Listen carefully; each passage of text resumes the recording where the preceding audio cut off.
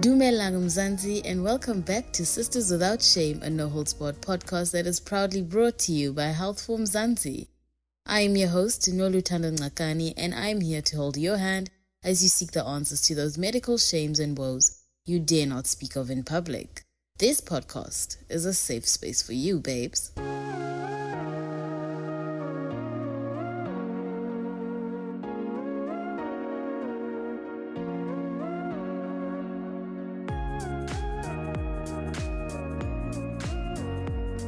Jeepers creepers. It's April already? If there is one thing that will continue to shock me without any fear or favor, it is how fast this year is moving. We have 8 whole months left, and I just can't help but wonder what the rest of the year has in store for us. But this is not the Lulu Show, I get it? We have a write-in from Pinetown in KZN. Our weary friend in crisis writes, I am 20 and I do not consider myself to be overweight. I recently lost 5 kilograms from 80 to feel a little more comfortable with my body. My ultimate goal is 10 kilograms. I exercise and I'm having fun on the journey. The problem is my family. So every Easter, we spend it at my mother's house and I cannot help but feel anxious about going home because my aunts are nasty with the comments on my weight, whether I lose it or gain it. Please help. Well, worry not, dearest friend from Pinetown. Lumka Mabo, a clinical psychologist from Centurion, is here to unpack the effects of body shaming. So I wanted to ask you, what is the impact of body shaming on our emotional well-being? Body shaming, first of all, people criticizing others for their body size, making unkind remarks. Sometimes it's very obvious and it may be hidden into phrases that would be culturally accepted by society, such as, you are simple, for other people that could mean that, oh my word, you are so fat, that's not actually pretty, Depending on cultures, some people could be genuinely meaning that you look good in your big body, but those that are listening may also interpret that otherwise. And it may also not sit well with you if perhaps you have different understanding of what that should be meaning. Because I gather that some women in their big body sizes, they really don't feel comfortable themselves. Others, it's because genetically they are born as big boned and others are not. I think it would be nice for people to generally be sensitive when making remarks or giving compliments, because sometimes it is meant to be a compliment, but then it ends up being very negative. So it would be lovely for us to be mindful. So getting to your question now, festive season is coming and people will be definitely eating their lives away, and others may be very, very withdrawn because eating also means for them that they will pick up, more weight, which they don't like. So the effects of such, low self-esteem, self-image, and obviously self-worth also seem to decrease because of the viewpoint one upholds about being a big size person. So obviously that now will lead to people being withdrawn and not wanting to come to the table. Others might even lie and say, I'm not hungry, I don't want food, because of how others may look at them and how they may even make remarks that how your plate is already full, you're sure you want another plate.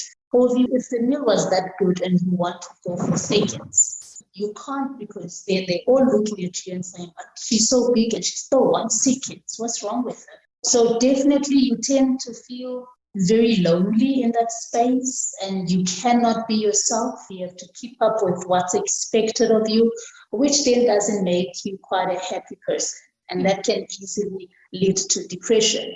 Apart from depression, anxiety also, whenever there's an invitation, most people would say, no, I'm not going, not because they don't want to go, but because there's that anxiousness of, oh my word, what am I going to wear if then I dress up like this? Let's say it's a picnic in a park and the dress code is a short with a white t-shirt. You immediately think, I can't do a short. I need a flowy dress, because society tells us that a big size person cannot wear shorts because then she's not dressed for her body. Such statements are subtle, they are very, very deep, and they can really be pricky and hurting.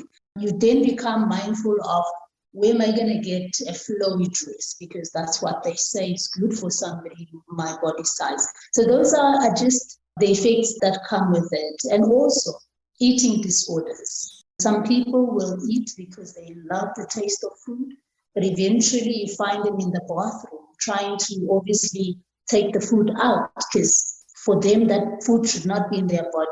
I'm currently treating a male. And this is now something that I also would like society maybe to have a look at. We have this belief that body shaming is only for women, or it's experienced by women, or rather women are the target. On the contrary, on the recent years, I've also been treating young boys, like teenage boys. One currently that I'm seeing right now was saying to me on Saturday, we had a follow-up session, and I looked at him after I had not seen him for 2 months. He had lost so much weight. The mom actually called me to say, I don't know what's going on with my child, but he's lost so much weight. You need to see him. So she brought him back to therapy. When I saw him, I couldn't recognize him. I was like, darling, you've lost weight. And he's like, yes, I've lost weight. Is it that bad? I still need to lose more. And I promise you, Lulu, the bones were already protruding. This is a teenage boy that I last saw. He was chubby, he was round and handsome and dark and tall.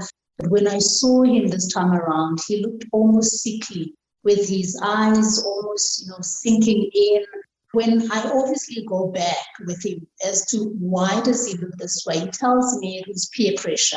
His friends at school would tell him that he doesn't look like he belongs to the group because he's not buff, he's not chunky like them. So he figured he needed to lose weight. Can you see that they didn't say much except for what you don't look like you belong to the group, should be looking like the rest. And obviously the rest maybe were not chubby, they were not round like him.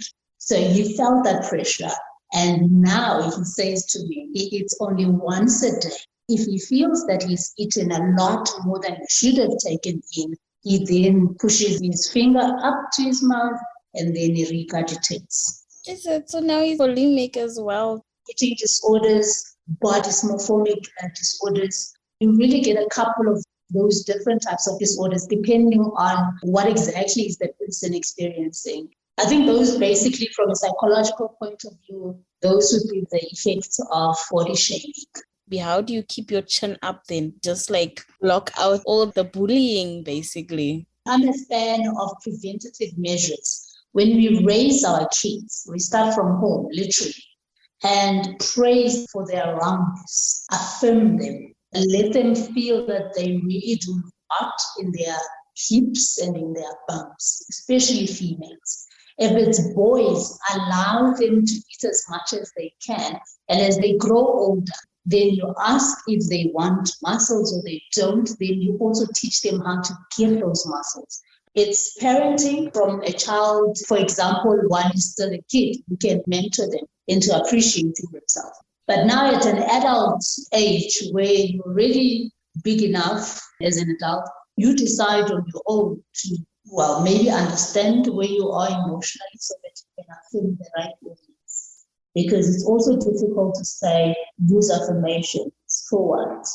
So identify which parts of your emotions are actually moved by certain remarks, and then you work through those. So you would affirm those areas. And one of them, when it comes to the body or physical appearance, is the fact that we don't choose, number one, to look the way we do.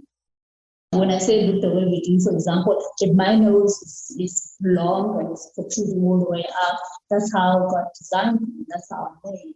And that's my mother and my father's genes. So definitely that's why I've got no choice in that. Can we accept that there are certain things that we cannot choose about our appearance? That's the first thing. The second one, then you affirm yourself on that which you had no choice, right?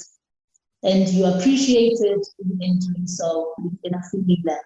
So another thing is we are more than just bodies. Bodies are just containers of who we truly are. And this is where now a level-headed listening person should be meditating on, that you are indeed more than just what people see. So it's not just about the body. Say, for example, you're not happy about your lips, and you want them thinner instead of thick. There's nothing to do about it. We can appreciate what we have, but on top of that, understand it's not just, you are not just your lips. There are other areas of the body that are really stunning, and people might appreciate it, but you might learn to also appreciate it. Because we don't appreciate ourselves. Society basically will always make a call for us. So let's not be victims of the call that's made by society or imposed by society on our body. At the end of the day, you are the individual, and you must live within this container. That's the best way you know how. And the best way would be to appreciate the container. Also learning to engage in activities that our bodies appreciate. Because you know how we always think the way to a healthy body is exercises. Sometimes, you don't like this exercise. You like a different kind of exercise. Then do that. If gardening is a way of exercising, then you do gardening. If walking is your way of exercising, then you do walking. You don't have to go to the gym, lift up weights and do all these crazy things, or even run. I hate running. I can't imagine my bum up there. What's the best way for me to do my exercises without feeling otherwise? I've learned a few. So we must really identify those activities or those exercises that our bodies enjoy. Not what we think is ideal for our bodies, but what our bodies enjoy, the other way around. Because then if your bodies enjoy it, you will maintain and you will be disciplined and you will be consistent. But if your body does not enjoy it, going to the gym or doing exercise is going to be a whole lot. So you don't want that. Thank you for joining this week's episode of Sisters Without Shame, Lumka. For more on the emotional impacts of fat shaming, check out healthformzansi.co.za. Now remember, if you are in a medical jam, you can send an email to hello@healthformzansi.co.za or send us an SOS to 076 132 0454. I would never blue tick you, babes.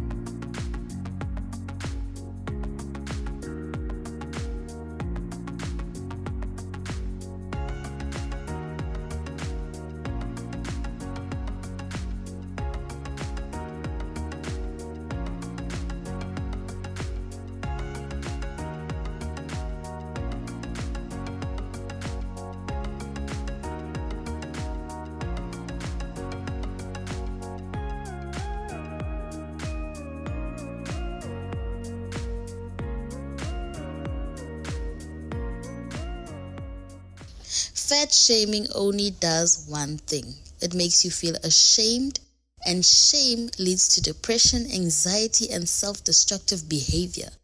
Self-destructive behavior, like overeating.